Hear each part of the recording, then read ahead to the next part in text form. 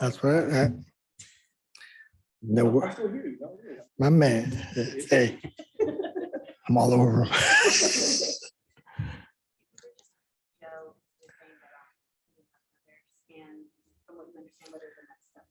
Yeah, we just want to make sure that we're just checking all the boxes with him. I mean, like I said, the results he got from the MRI obviously was not good, and we just want to reiterate, ease his mind a little bit of that, what's going to happen, what's going to transpire, and he wants some other opinion. So, which is at this point, it's good. So, as soon as we get some other opinions from the doctors he wants to go see, then we'll make a decision on what's going to happen.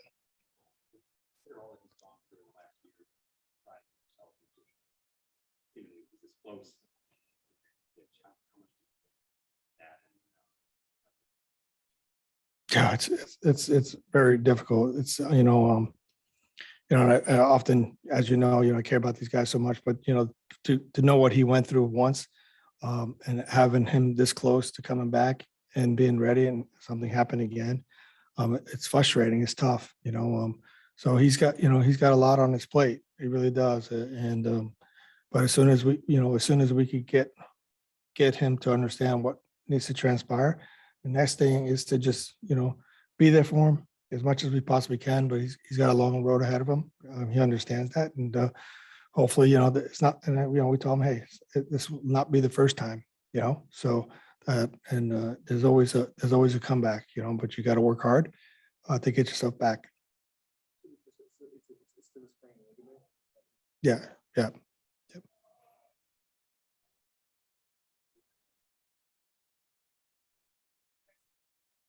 Yeah, he hyperextended his arm.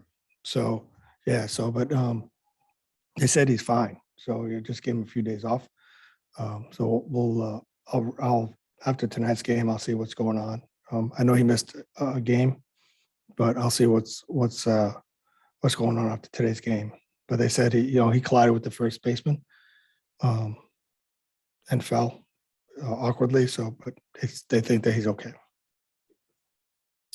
I think it's his left arm. Yeah, not thrown arm.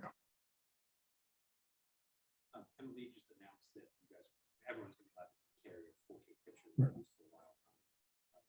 Do you feel like that's necessary for you guys at this point to make a difference?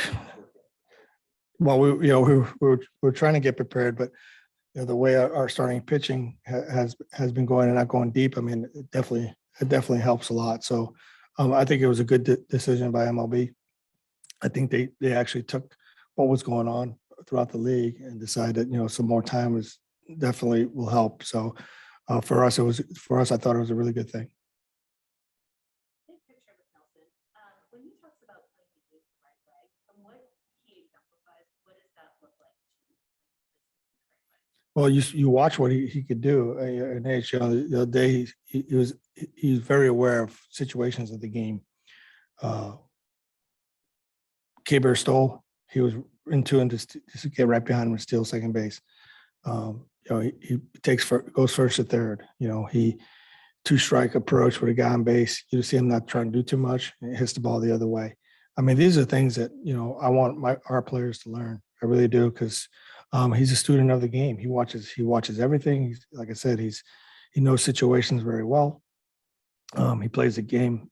He plays the game with his head up, every day. So it's awesome to see that, and like I said, when I often talk to young guys, I often tell them, watch what he does, because he's done it for so many years. He's been successful so many different ways. A lot of our guys don't know how good of an outfielder he was at one time, and he was good. So he understands that part of the game as well. So for me, it's just, like I said, get to appreciate what he can do and what he can do to help you as a player, and learn. I mean, he's here. So pick his brain. I mean, this guy's done it for a long period of time. And they do. I mean, and he does have conversations with guys, I think he's really helped Franco out a lot. You watch Franco, hit the ball the other way, which, he tried to really pull everything. And I think the reason why he's got, the RBIs he has now is because he's able to stay on some balls and drive them the other way.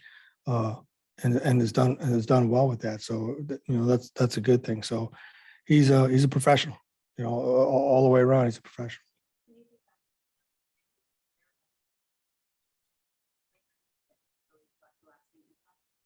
I play with a lot of guys. The one veteran guy as a young player that really helped me was Andre Dawson.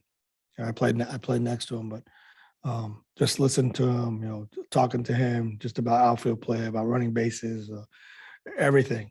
He taught me a lot, and like I said, I was very young, so it's very naive to a lot of different things. I thought, because I had ability to do this and do that, but there was a lot more to it, to learn. So he taught me a lot of the game.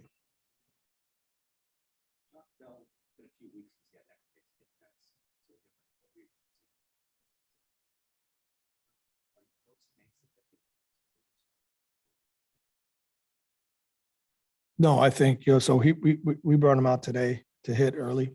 And we're trying to get him back on his backside a little bit better. I mean, he started drifting, hitting off his front foot, which, he's so strong, and so that he can get away with it, and he's, he's hitting a lot more line drives. We talked to him about staying behind, the ball a little bit better and getting on his backside today.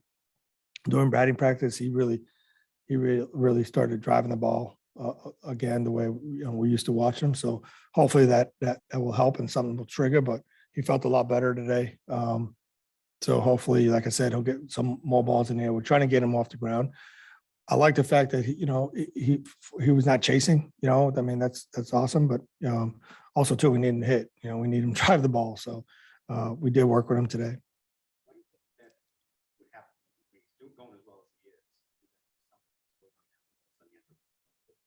Yeah, I think it's more of a timing thing. As the more at bats you get, the more you try to do. All of a sudden, you try to do too much, could cause you to get out there in that front foot. And instead of saying, "Hey, look, I gotta let the ball travel. I gotta hit the ball a little bit deeper."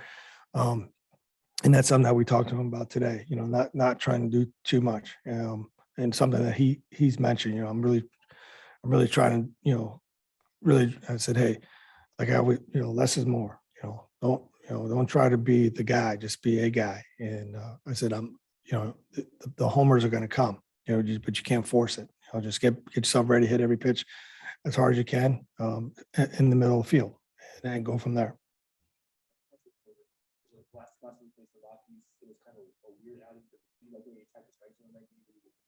Yeah, I'm looking for the same thing. I mean, really, use both sides of the plate, to keep the ball down. Use his changeups, like, I mean, he pitched well against him in Colorado, which was, like I said, we were maybe 1 or 2 balls away from him having a great outing. So just continue to work down the zone, and like I said, using both sides of the plate and attacking the strike zone. I mean, when he does that, he's really good, and keep us in the game. Honestly, for me, he's done that over the last. Like I said, we either one error away or one hit away from him having a superb outing. So tonight, hopefully we score some runs for him, and he can keep us in the game as long as possible.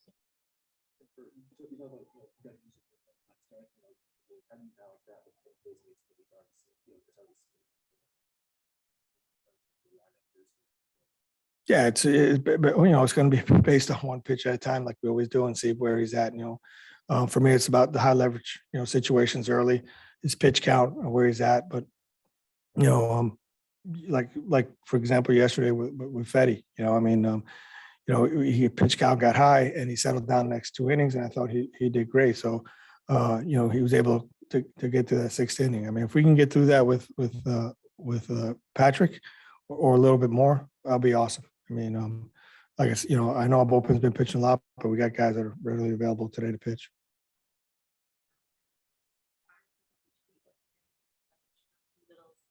Service time with the before and after photo. What do you just think about that and everything you've been able to do? Yeah, I mean, it's great when you hit that 10-year mark. I mean, it's a lot of it's a lot of work, a lot of as a player, you always think back, man, everything you've gone through, in your career, and to get to that point, it's gratifying. It's rewarding. He's part of a unique club of players. But I'm happy for him. I mean, I'm sure he could sit back, now when everything's all said and done, and have many stories for all you guys, as he normally does anyway. But yeah, but I'm very happy and I'm very proud to be associated with him over his career. I mean, it's been awesome to have him.